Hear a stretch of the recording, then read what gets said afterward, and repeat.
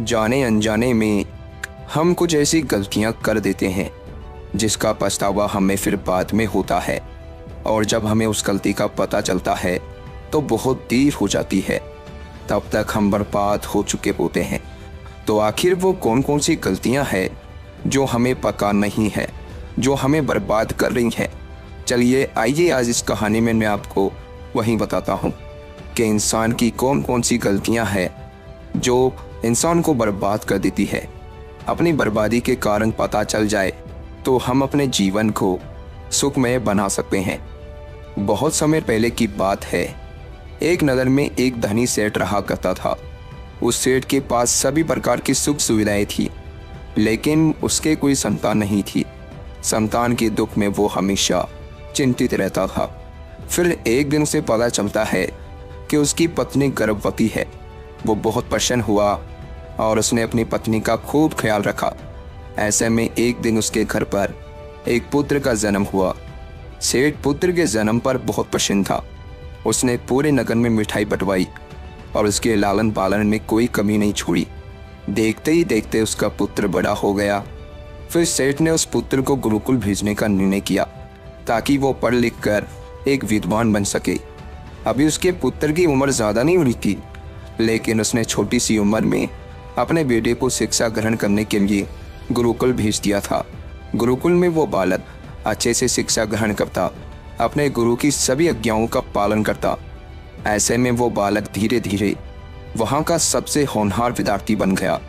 गुरुकुल में उस बालक ने सारे वेद पुराण और शास्त्रों का अध्ययन किया और बहुत बड़ा विद्वान बन गया।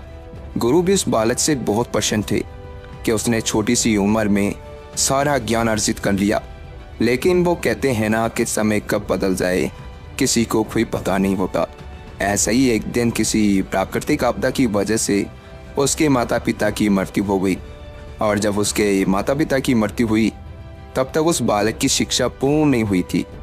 और जब उस बालक ने इस खबर को सुना कि उसके माता पिता अब इस दुनिया में नहीं रहे और उनका सब कुछ बर्बाद हो चुका है, तो उस बालक का इस सांसारिक मोह माया से मन उठ गया। उसके बाद उस बालक ने निश्चय किया कि वो गुरुकुल से शिक्षा पूर्ण करने के बाद अपना संपूर्ण जीवन लोगों की भलाई में व्यतीत करेगा। और फिर जब उस बालक की शिक्षा पूर्ण हो गई तो उसके बाद वो बालक सन्यासी बन गया और वो सांसारिक वस्तुओं से दूर हिमालय के जंगल में चला गया। जंगल में जाकर उसने वहाँ लंबे समय तक तपस्या की। तपस्या पूर्ण करने के बाद उस सन्यासी ने लोगों को शिक्षा देना आरंभ कर दिया। समय के साथ साथ उस सन्यासी की चर्चा चारों तरफ होने लगी और दूर दूर से लोग उसके पास शिक्षा ग्रहण करने आने लगे, और बहुत से लोग उनके पास अपनी समस्याओं का समाधान खोजने के लिए भी आने लगे। सन्यासी सभी लोगों की समस्याएं बड़ी आसानी से सुलझा देता, जिस वजह से वो पूरे राज्य में मशहूर हो गया था। लेकिन जिस नगर में वो रहता था उस नगर का राजा एक क्रूर व्यक्ति था। जब राजा को उस सन्यासी के बारे में पता चला तो उसने उस सन्यासी से मिलने का निश्चय किया। अगली सुबह वो राजा अपने महल से निकलकर उस सन्यासी से मिलने के लिए निकल गया, और फिर वो उस कुटिया पर जाकर पहुंच गया। वहां पहुंचकर जब राजा ने उस सन्यासी को देखा तो वो देखता ही रह गया। उसके चेहरे पर एक अलग ही तेज था। जब वो उन सन्यासी के पास पहुंचा तो उसे बड़ी अपार शांति का अनुभव हुआ। उस राजा ने उस सन्यासी को प्रणाम किया और उनके पास बैठ गया और उनसे वार्तालाप करने लगा। वो राजा पहली ही मुलाकात में उस सन्यासी के व्यक्तित्व से इतना प्रभावित हुआ कि उसने उसी समय से अच्छाई की राह पर चलने की ठान ली, और मन ही मन सोचने लगा कि इतनी छोटी सी मुलाकात में ये सन्यासी मुझे इतना बदल सकता है, तो अगर ये हमेशा मेरे साथ ही रहने लगे तो मेरी तो जिंदगी ही बदल जाएगी। और यही सोचकर राजा सन्यासी से अपने महल चलने के लिए आग्रह करने लगा।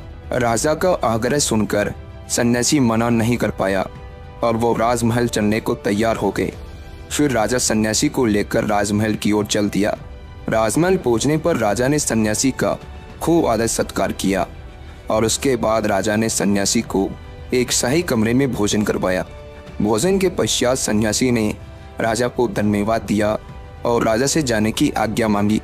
ये सुनकर राजा ने कहा कि आप हमारे बगीचे में जब तक चाहें तब तक रह सकते हैं।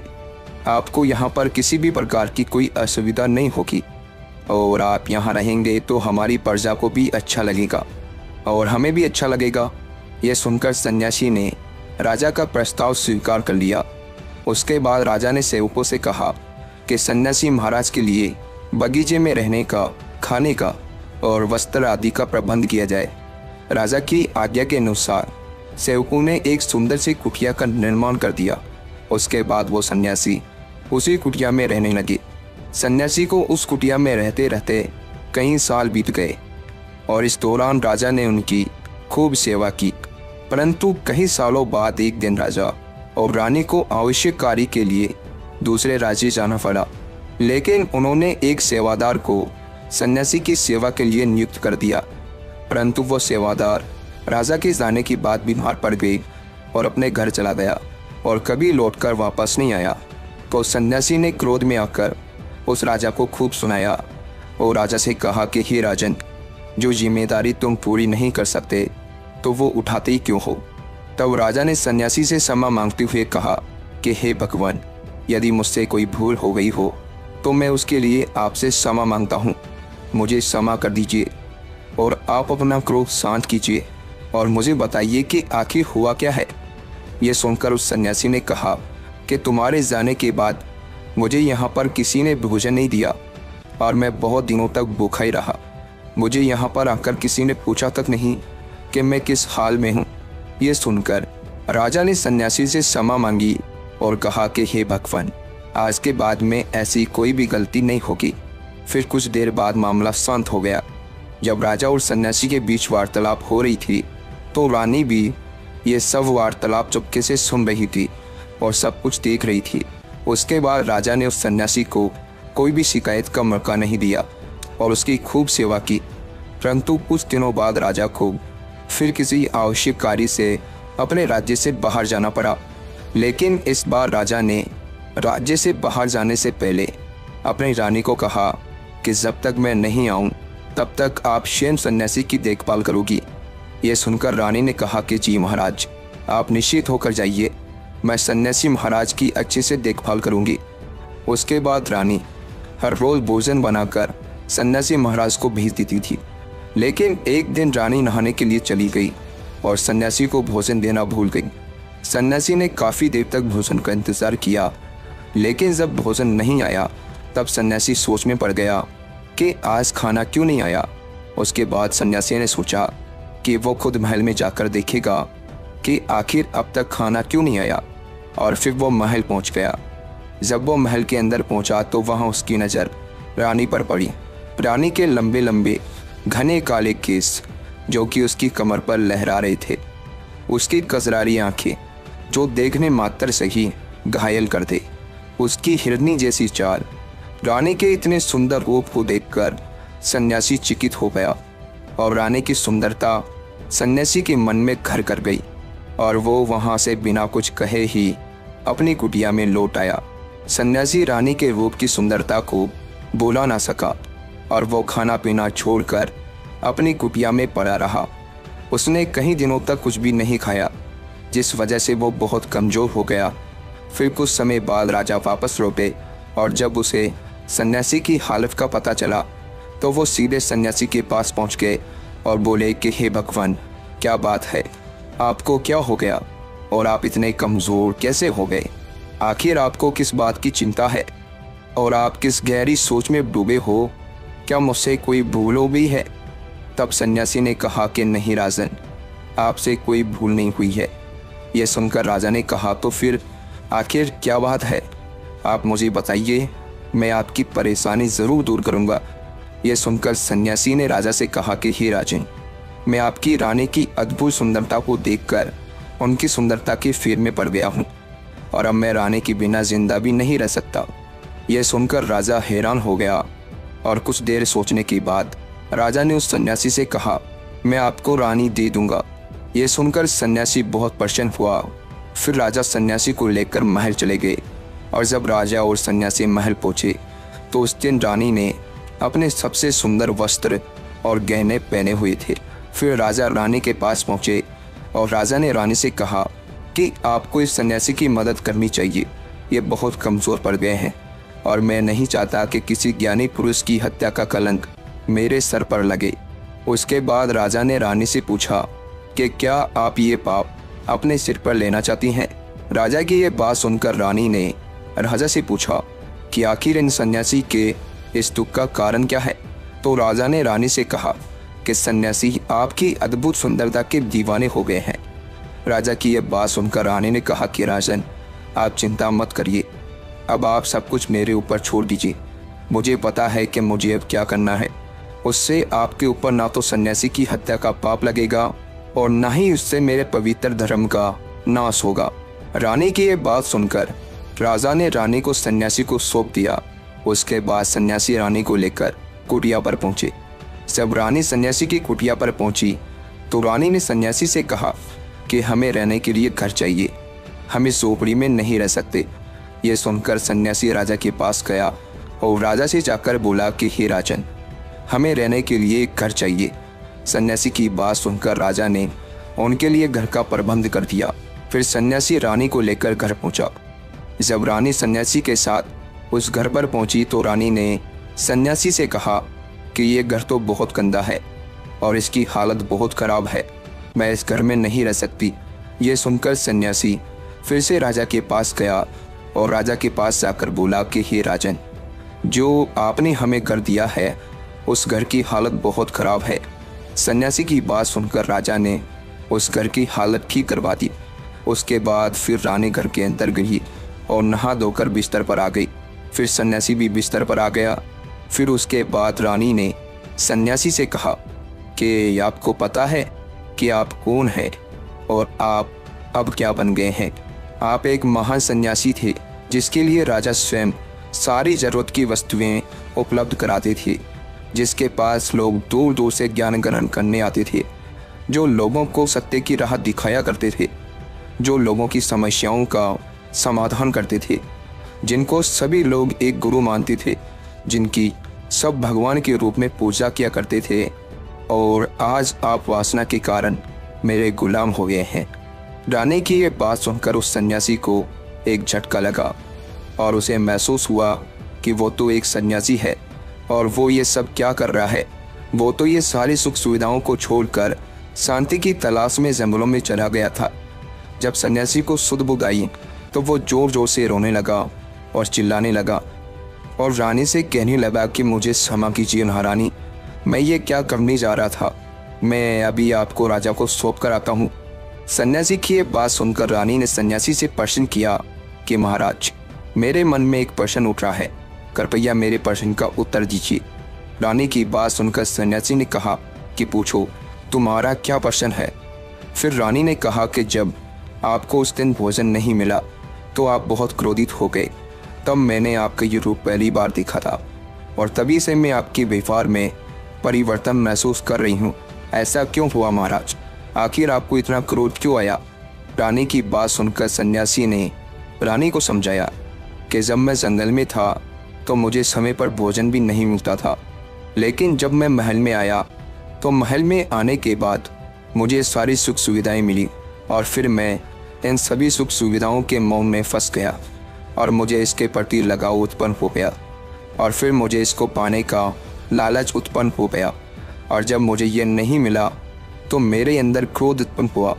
फिर सन्यासी ने कहा कि महाराज, सच तो ये है कि अगर इच्छा पूरी नहीं हो तो क्रोध उत्पन्न होता है और अगर इच्छा पूरी हो जाए तो लालच पड़ जाता है। फिर सन्यासी ने रानी से कहा, ये इच्छा की पूर्ति ही मुझे वासना के द्वार तक लेकर आई है और मैं आपके प्रति आकर्षित हो गया। इसके बाद वो सन्यासी रानी को लेकर राजा के पास गया और बोला कि राजन, मुझे क्षमा कर दीजिए, मुझे अपनी गलती का एहसास हो गया है। ये लो आपकी रानी, मुझे ये सब नहीं चाहिए। मैं अपनी इच्छा के वशीभूत होकर ये गलत कार्य करने जा रहा था और अपने जीवन को बर्बाद कर रहा था, लेकिन अब मुझे सब कुछ समझ आ गया है। उसके बाद उस सन्यासी ने कहा कि हे राजन, मनुष्य की बर्बादी का कारण उसकी 4 आदतें बनती है और दुनिया के हर एक व्यक्ति के अंदर ये 4 अवगुण होते हैं, लेकिन जो व्यक्ति इन पर नियंत्रण पा लेता है वो दुख और परेशानी से बच जाता है। और वहीं जो व्यक्ति इन चारों दोषों पर नियंत्रण नहीं कर पाता है वो बर्बाद होने के कगार पर पहुंच जाता है। ये सुनकर राजा ने कहा कि महाराज, आप मुझे वो 4 आदतें बताइए जिससे कि मनुष्य की बर्बादी हो जाती है। फिर सन्यासी ने राजा को मनुष्य को बर्बाद करने वाली आदतों के बारे में बताया कि हे राजन, मनुष्य को बर्बाद करने वाली पहली आदत है इच्छा, क्योंकि इच्छा ही दुनिया के हर एक व्यक्ति के अंदर सबसे पहला अवगुण होता है। और जो व्यक्ति अपनी इच्छाओं को नियंत्रण में नहीं रख पाता है वो जीवन के किसी भी क्षेत्र में सफल नहीं हो पाता है, क्योंकि जैसे ही उसकी एक इच्छा पूरी होती है वो दूसरी की ओर बढ़ने लगता है, और दूसरी पूरी होती है तो तीसरी इच्छा उसके मन में जागृत हो जाती है। और फिर ऐसे करते करते इच्छाओं पर नियंत्रण न होने के कारण इसी जाल में उलझा रहता है और दुखी रहता है। इसीलिए राजन, जब हम इच्छाओं पर नियंत्रण पा लेते हैं तो हम हमारे मन पर भी नियंत्रण पा लेते हैं, और जब हमारा मन हमारे बस में होता है तो हमें सुखी सुख की प्राप्ति होती है। फिर जो हम चाहते हैं वही हमारे साथ होता है। फिर सन्यासी कहता है कि हे राजन, मनुष्य को बर्बाद करने वाली दूसरी आदत है वासना। वासना का जन्म हमारे मन में उठने वाली इच्छाओं से होता है। जिस प्रकार इच्छा का कोई अंत नहीं होता और मनुष्य वासना के जाल में फंसता ही चला जाता है। वासना के वशीभूत होकर मनुष्य को कुछ भी नजर नहीं आता है। आज तक जितनी भी लड़ाइयाँ हुई है उनका सबसे बड़ा कारण स्त्री को पाने की इच्छा ही रही है। स्त्री के प्रेम में वशीभूत होकर राजा महाराजाओं ने आज से पहले बहुत सारे युद्ध किए हैं। रावण इस संसार का सबसे बुद्धिमान व्यक्ति था, लेकिन उसने भी माता सीता की सुंदरता की फेर में आकर अपना सब कुछ बर्बाद कर लिया। उसकी मृत्यु का कारण एक स्त्री ही बनी थी। कहीं राजा महाराजा तो युद्धों में इसलिए हार गए क्योंकि वो लोग स्त्रियों से रासलीला रचाने में ही रह गए। ईश्वर ने तो स्त्री की उत्पत्ति इस संसार को बढ़ाने के लिए की है, लेकिन आजकल लोगों ने इसे अपनी वासना का शिकार बना लिया है, अपने मनोरंजन का साधन समझने लगे हैं। और जब उन्हें अपना ये मनोरंजन नहीं मिलता तो वो पागल हो जाते हैं और न जाने क्या क्या कर बैठते हैं। इसीलिए हे राजन, जितना हो सके उतना वासना से दूर रहना चाहिए। फिर सन्यासी कहता है कि हे राजन, मनुष्य को बर्बाद करने वाली तीसरी आदत है क्रोध, क्योंकि जब मनुष्य की वासना की पूर्ति नहीं होती है तो उसके अंदर क्रोध उत्पन्न हो जाता है, और जब व्यक्ति को क्रोध आता है तो उस पर उसका नियंत्रण नहीं होता है, और फिर वो क्रोध में आकर कहीं गलत निर्णय ले लेता है। वो दूसरों को भला बुरा कह देता है, गालियाँ निकाल देता है, और जब उनका क्रोध शांत होता है तो उन्हें अपनी गलती का एहसास हो जाता है, लेकिन तब तक तो सब कुछ बर्बाद हो चुका होता है। क्रोध के कारण मनुष्य के कहीं बने बनाए काम भी बिगड़ जाते हैं। जब मनुष्य के भीतर क्रोध उत्पन्न होता है तो वो अंदर से बहुत कमज़ोर हो जाता है, और एक कमज़ोर मनुष्य कुछ भी नहीं कर सकता है, उसे कभी भी सफलता हासिल नहीं हो सकती। क्रोध हमारे भीतर तनाव को उत्पन्न करता है, और अगर एक बार हम तनाव में चले गए तो हमारा पूरा जीवन बर्बाद हो जाता है। फिर सन्यासी कहता है कि हे राजन, मनुष्य को बर्बाद करने वाली चौथी आदत है लालच। हे राजन, लालच का फल सदैव बुरा होता है। लालच में पड़कर हम बहुत से लोगों का बुरा कर देते हैं। हर मनुष्य के जीवन में कभी ना कभी ऐसे अवसर अवश्य आते हैं जब वो लालच कर बैठता है, और अधिक पाने की लालसा में वो कुछ ऐसा कर बैठता है जिससे जो उसके पास था वो उसे भी गंवा देता है। क्योंकि जैसे ही व्यक्ति की एक इच्छा पूरी होती है उसका लालच बढ़ जाता है, और उसके मन में और कई आकांक्षाएं जन्म लेने लगती है। जो व्यक्ति लालच करता है वो कामयाबी से कोसों दूर रहता है, क्योंकि एक ना एक दिन लालच का दुष्परिणाम सामने आता ही है। अगर हम समय रहते ही लालच को त्याग दें और उसके फेर में ना पड़ें तो हम एक सफल व्यक्ति अवश्य बन सकते हैं। फिर अंत में सन्यासी राजा से कहता है कि हे राजन, अगर मनुष्य इन चारों आदतों को छोड़ देता है तो उसे जीवन में सफल होने से कोई नहीं रोक सकता। जो इन आदतों को नहीं छोड़ता है उसे जीवन में बर्बाद होने से कोई नहीं रोक सकता।